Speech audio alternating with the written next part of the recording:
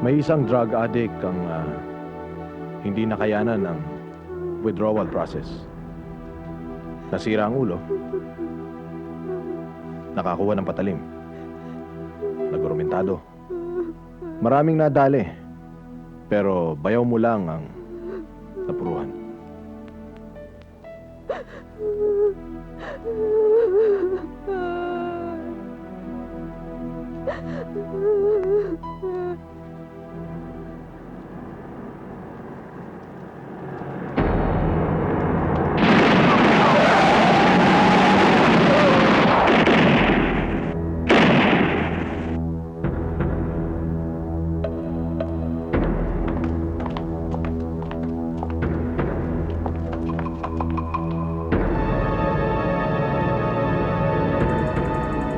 Sige, tuluyan nyo.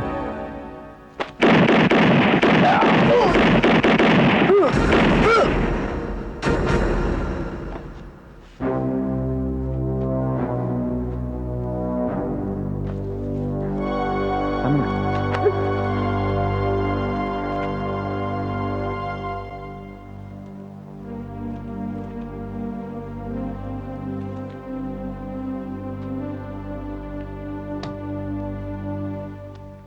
Ito ba sinasabi mo, punyetang buhay na hindi ako magsisisi? Wala akong nabalita ang mabuti kundi puro gulo sa buhay mo. Hindi naman ako lumalapit sa gulo. Ang gulo lumalapit sa akin. Ano ka ba? Nagkamali ako.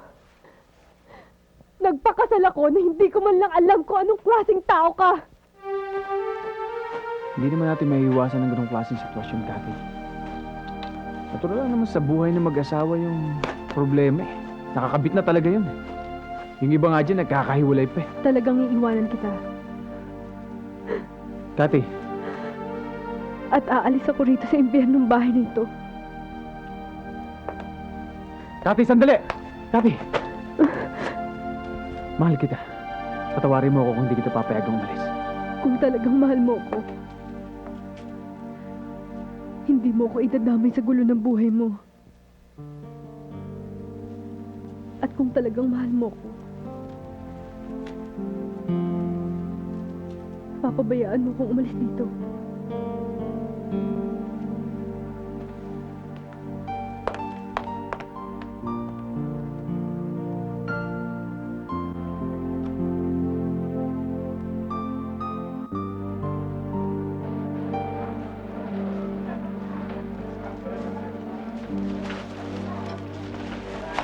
Oh, kumusta, attorney? Ano na nangyari sa kaso ko? Tarantado yung mga taga-Department of Justice. Mga buwala. Kaya hindi na tumino ang batas natin dito eh. Pagkatapos silang tanggapin yung milyones na ibinigay ko para ayusin yung maaga mong paglaya, wala rin nangyari. Pinasa lang nila ako. Ang ibig mong sabihin ay mabubulok na lang ako dito sa bilangguan? Huwag ka mag-alala. Itatakas kita dito. Ikaw mismo? Ganyan ako sa mga kliyente ko. Kahit propesyon ko, isusugal ko sa iligal. Patupad lang ang salita ko.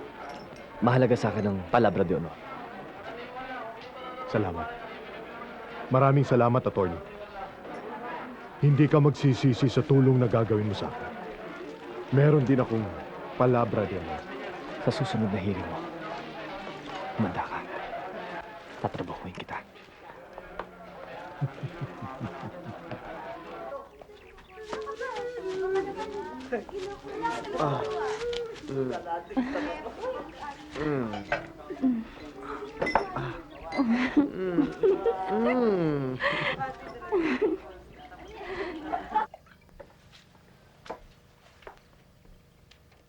Rafael, kailangan makalabas dun si Esteban.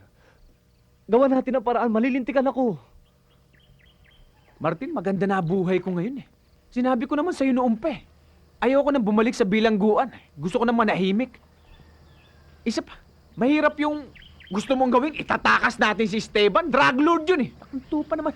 Kakarnihin tayo ng mga pulis kapag tinakas natin yan. Kaya nga ako humihingi ng tulong sa'yo eh. Rafael, kompromiso lang.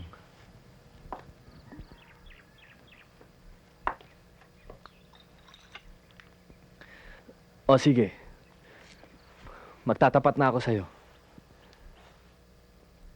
Yung 10 milyon na ibinigay sa akin ng mga anak ni Esteban para ipambayad sa mga tao sa Department of Justice.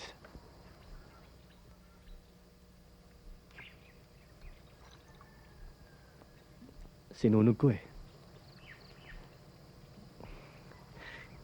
Yung beach house na yan. Yan.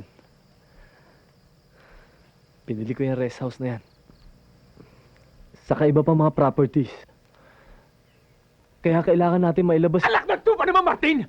Bakit hindi mo ako nilapitan? Bakit hindi mo sinabi sa akin? Bakit mo ginawa yun?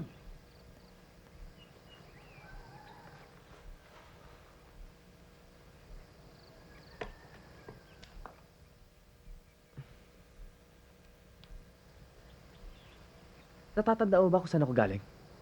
Rafael? Nung mga bata pa tayo. 5 kilometro ang layo na nilalakad natin papuntang eskwela. Ikaw nakasapatos. Ako nakatsinelas. Pero nung mamatay ang mga magulang mo, pareho na lang tayo nakatsinelas. Tapos bigla ka nawala. Pero nung pumutok ang pangalan mo bilang hired killer, abogado na ako. Pero alam mo ba, Rafael, nung nag-aaral pa ako ng abogasya, lahat ng kaklase ko nakakotse. Ako lang naglalakad. Nakikita nilang yun at yun din ang sapatos sa suot ko. Kulang na lang magpaa ako.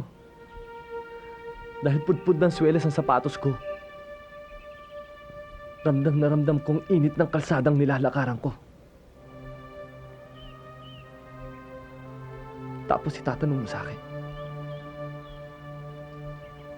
bakit ko ginawa yun?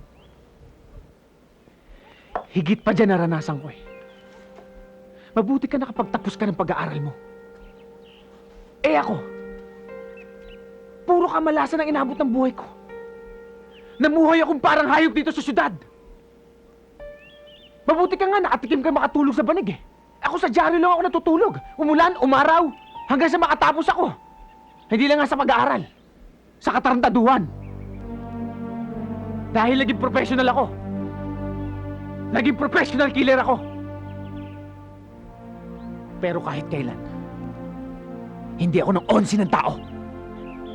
Wala akong pinag-interesan na pag-aari ng iba. Alis na ako.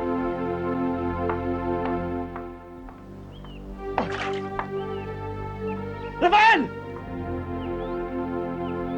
Meron ka pa bang palabra de honor?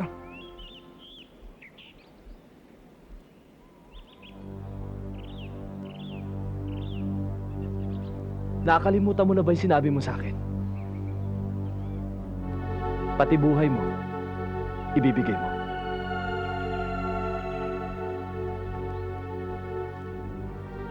Utang ng katawan, kaluluwang kabayaran.